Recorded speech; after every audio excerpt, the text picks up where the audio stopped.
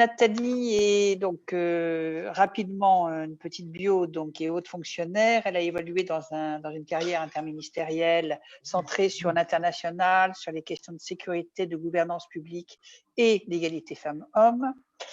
Elle a été élue en charge des droits des femmes dans le 13e à Paris de 2001 à 2008. Donc, elle a vu aussi l'aspect terrain local.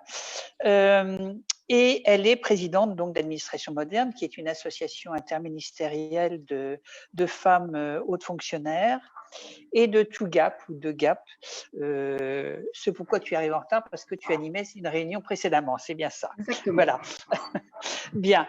Donc, ToGap étant un collectif mondial de réseaux féminins et mixtes, hein, si je ne m'abuse. Voilà. Donc, Nathalie, est-ce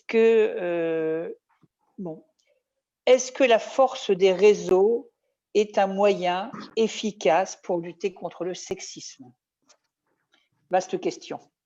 Vaste question. Alors, je vais essayer de répondre à cette question de façon très succincte compte tenu de l'horaire. Merci beaucoup, Jocelyne, de m'inviter encore une fois.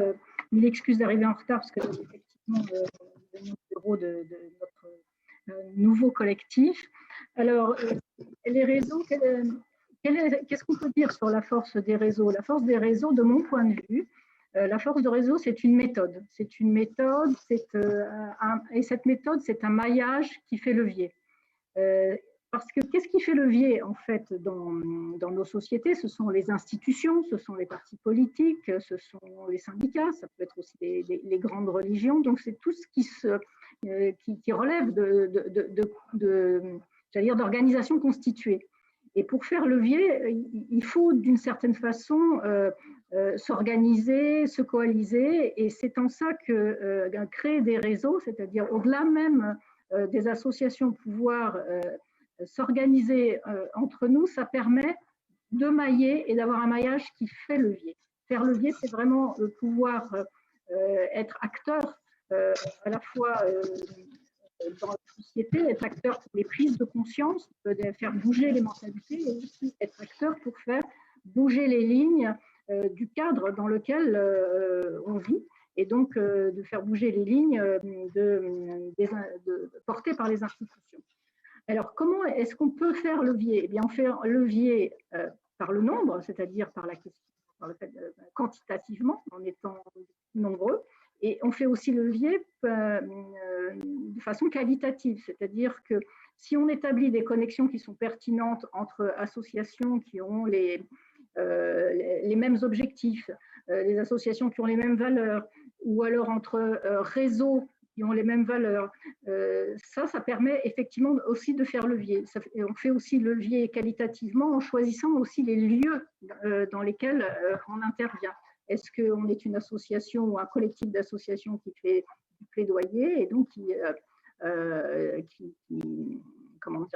s'exprime avec un interlocuteur en face, qui peut être une institution publique ou privée, ou est-ce qu'on travaille à l'intérieur des institutions, des organisations, et du coup, ça peut être intéressant de faire un maillage de ces associations. Et plus le maillage est étendu de façon horizontale, plus il est étendu de façon verticale, c'est-à-dire qu'on peut avoir des organisations régionales, internationales, nationales, etc., plus l'effet de levier est puissant. Et c'est pour ça que c'est très important de pouvoir participer à un réseau, et je dirais très emblématiquement un maillage qui fait vraiment levier, c'est le LEF, et la clé qui est au niveau national son relais, qui elle-même a en plus ses implantations, ses contacts avec différents autres réseaux sur le territoire. Et ça, c'est typiquement la façon, à mon avis, qui est efficace pour pouvoir produire des résultats. C'est-à-dire que des associations qui travaillent les unes à côté des autres de façon non, j'allais dire pas forcément articulée, mais qui ne bénéficient pas toujours de l'expérience des autres, et puis surtout qui n'ont pas la possibilité de pouvoir peser sur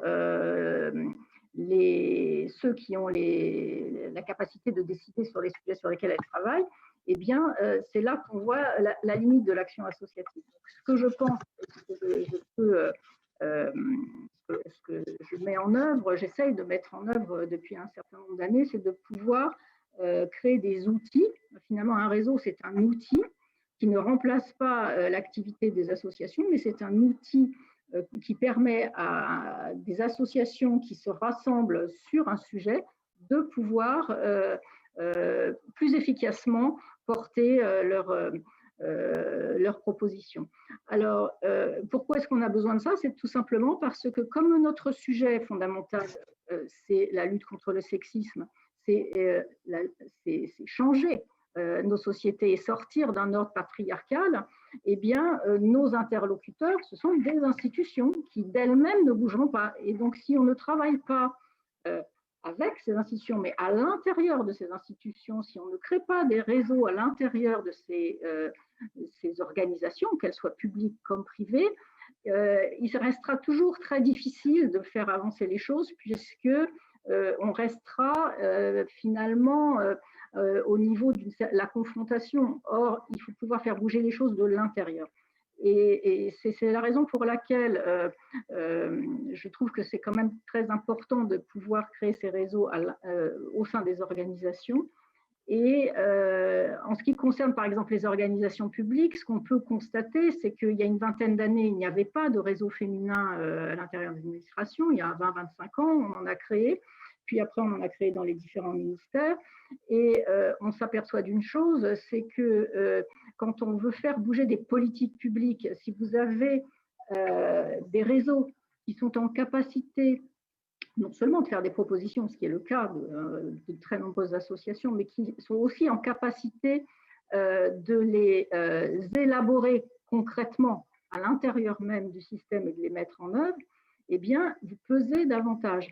Et je peux vous donner un exemple j'allais dire, de semi-résultat.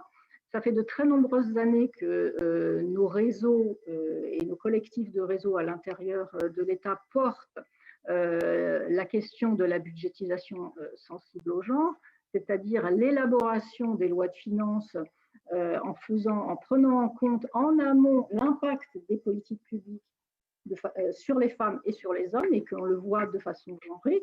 C'est un sujet dont nos institutions n'ont jamais voulu entendre parler pendant un certain nombre d'années, et c'est précisément parce qu'on a pu travailler à l'intérieur des administrations publiques sur ces sujets-là qu'on a pu obtenir des expérimentations. On n'est pas encore au développement de ce sujet à l'intérieur de l'État. Donc, le message que je voudrais faire passer très rapidement et très succinctement, c'est que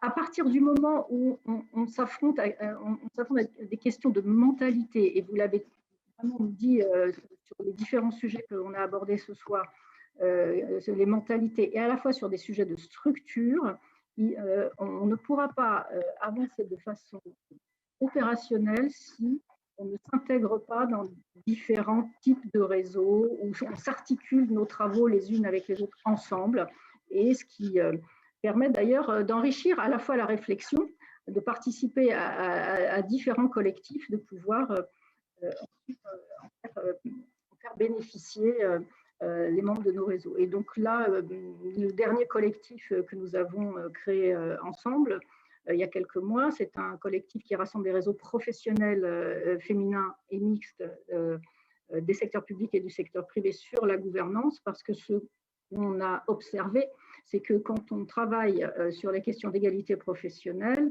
il y a effectivement toujours la possibilité d'avoir des résultats sur les questions salariales, sur l'équilibre du professionnel et du privé, etc. Mais s'il y a un sujet sur lequel ça bute toujours, eh bien, c'est le partage des décisions, c'est le partage du pouvoir.